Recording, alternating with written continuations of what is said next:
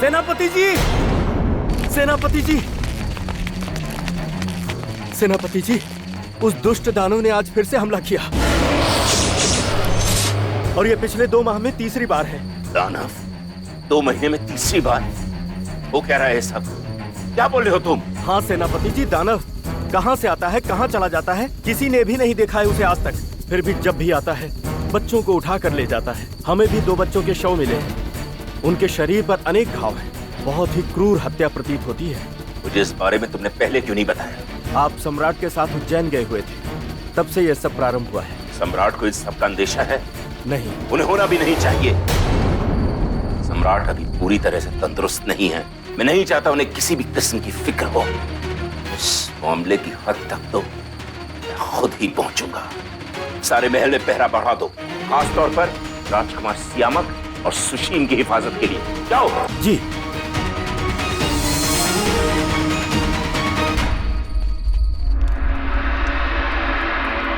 मैंने दोनों पक्षों के तर्क सुन लिए हैं और अब मैं सम्राट वनराज अपना निर्णय सुनाता हूं।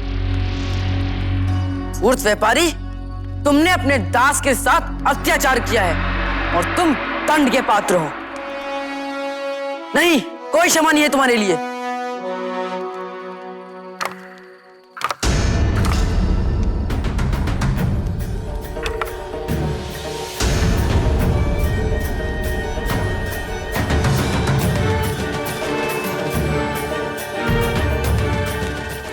पकड़ो इसे। बार बार सिद्ध करने का प्रयास क्यों कर रहे हैं? इसमें कोई संदेह नहीं कि विश्वासघात करना आपका स्वभाव है।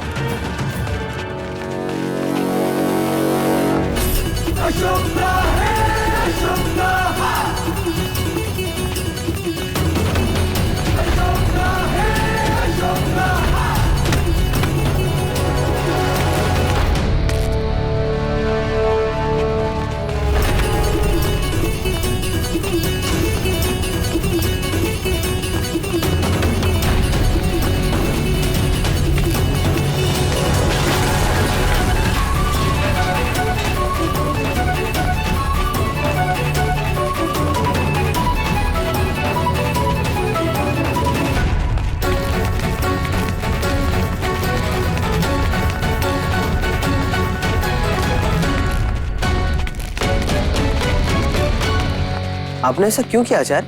वो निश्चित ही अपनी माता से मिलने का प्रयास कर रहा है।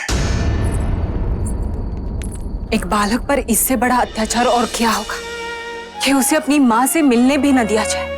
ये वचन तो आप ही ने मुझे दिया था देवी, और ये वचन इसलिए दिया था क्योंकि इसी में ही अशोक की सुरक्षा और अशोक का भविष्य दोनों ही निहित हैं। आपकी व्यथा और चिंता मैं समझ सकता हूं देवी, किंतु आप निश्चिंत रहें। जब तक मैं जीवित हूं, अशोक सुरक्षित रहेगा। मुझे आप पर विश्वास है आचार्य, कि तू जब सोचती हो कि यह स्वयं सम्राट ही सुरक्षित नहीं है तो। विश्वास में किंतु परंतु नहीं होता देवी। एक माँ होना इतना सरल नहीं है आचार्य। मैं और अशोक वन में कितने खुश थे। आपने हमें यहां लाकर संकट में डाल दिया है, घोर संकट में। वो हर संकट से निकलना जानता है देवी।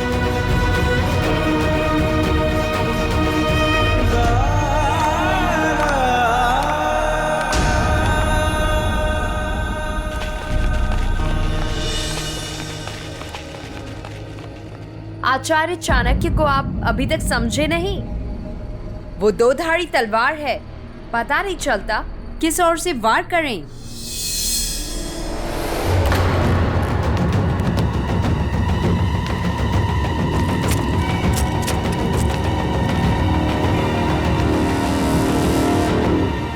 कौन है? सामने आ जाओ।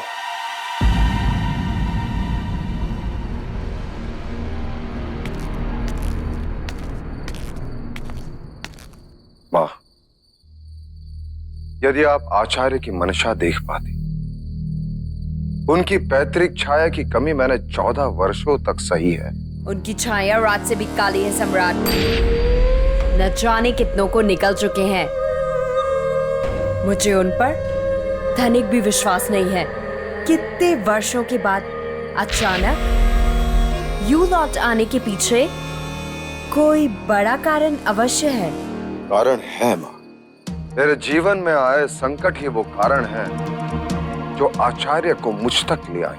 हो सकता है उन्हें लगता हो कि आप योग्य सम्राट नहीं हैं और वो ये सोच कर आए हो कि आपके स्थान पर किसी और को सम्राट बना दे, जैसे वर्षों पूर्व किया था। मैं धनानंद नहीं हूं, मुझे इन पर विश्वास है। आपको आपकी माँ से अधिक विश्वास आचार्य पर है। शक्ति बल आपके पास है, बुद्धि बल आपके आचार्य के पास है, और हम तो सिर्फ माँ हैं। हमारा तो काम ही अपने पुत्र के लिए चिंता और प्रार्थना करना है। इसीलिए तो हमने आप पर आक्रमण करने वालों की सूचना देने पर पुरस्कार घोषित किया है। इसीलिए तो आपके स्वागत में कल उत्सव और राजभोग का आयोजन किया है। बस इतना ही महत्व है आपके जीवन में हमारा।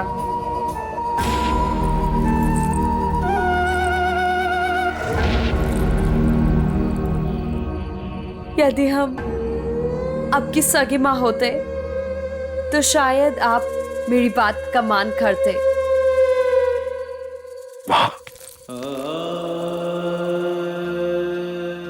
आपने हमें अपने सगे पुत्र से भी अधिक वात्सल्य से पोषित किया है। आपने कभी सगी मां नहीं होने का आभास नहीं होने दिया। आपका महत्व मेरे जीवन में सबसे अधिक है, मेरी जननी से भी अधिक। बस मेरी आपसे एक विनती है, आप अपने और आचार्य के बीच चुनाव करने के लिए ना करें। मुझे आपकी अत्यंत आवश्यकता है मां। परंतु मगध को आचार्य चाणक्य की आवश्यकता है, जिन्होंने मेरे प्राण बचाए हैं। क्षमा कीजिए सम्राट, आपकी औषधि का समय हुआ है।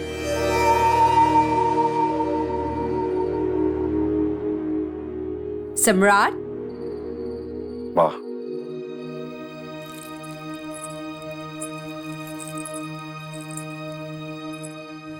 तुम्हारे उपचार पर आचार्य और सम्राट को बहुत विश्वास है। ये विश्वास टूट ना पाए।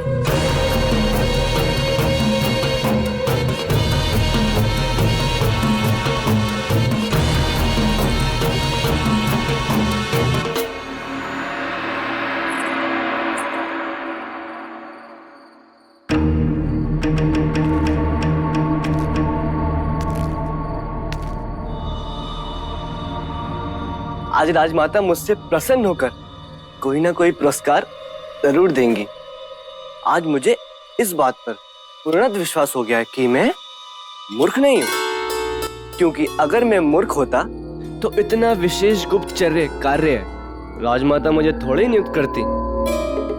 मैं मूर्ख नहीं हूं।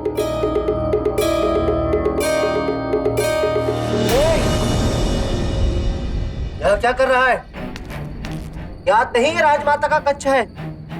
इस तरह से राजमहल के अंदर आना दंडनीय अपराध है। नहीं नहीं नहीं क्या लगता है चोरी करने आया था?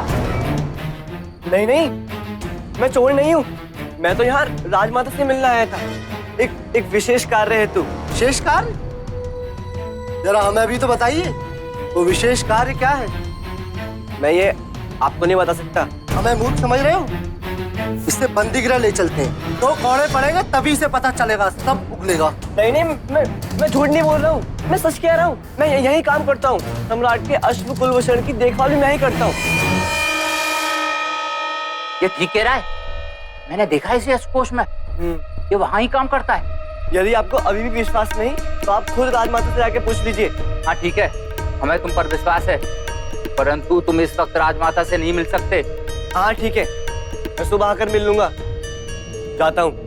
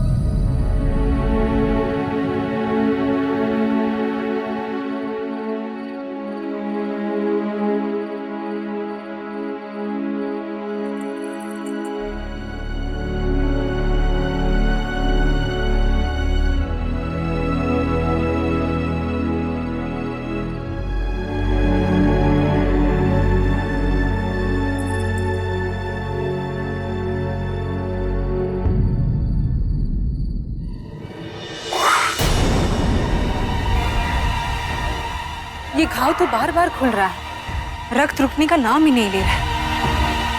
कहते रक्त से पुराने संबंध है हमारे। यदि हमारा थोड़ा रक्त मगध के भूमि को सुरक्षित रख सकता है तो हमें स्वीकार है। ये तो बहुत बढ़िया होती है। कभी कभी दुख का मार्ग अपना लेना भी अच्छा होता है। लोग जब एक सम्राट को देखते हैं तो उसके सिंहासन पर जड़े आभूषणों को गिनते हैं, परंतु उसी सिंहासन पर गड़े कांटे वो देख नहीं पाते। इस बहते रक्त से भी बड़ी आहुति मैंने दी है।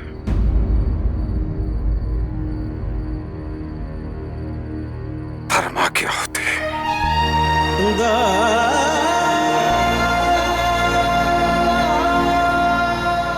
क्योंकि मैंने उसे अपना जीवन समर्पित किया था, अपनी आत्मा समर्पित की थी।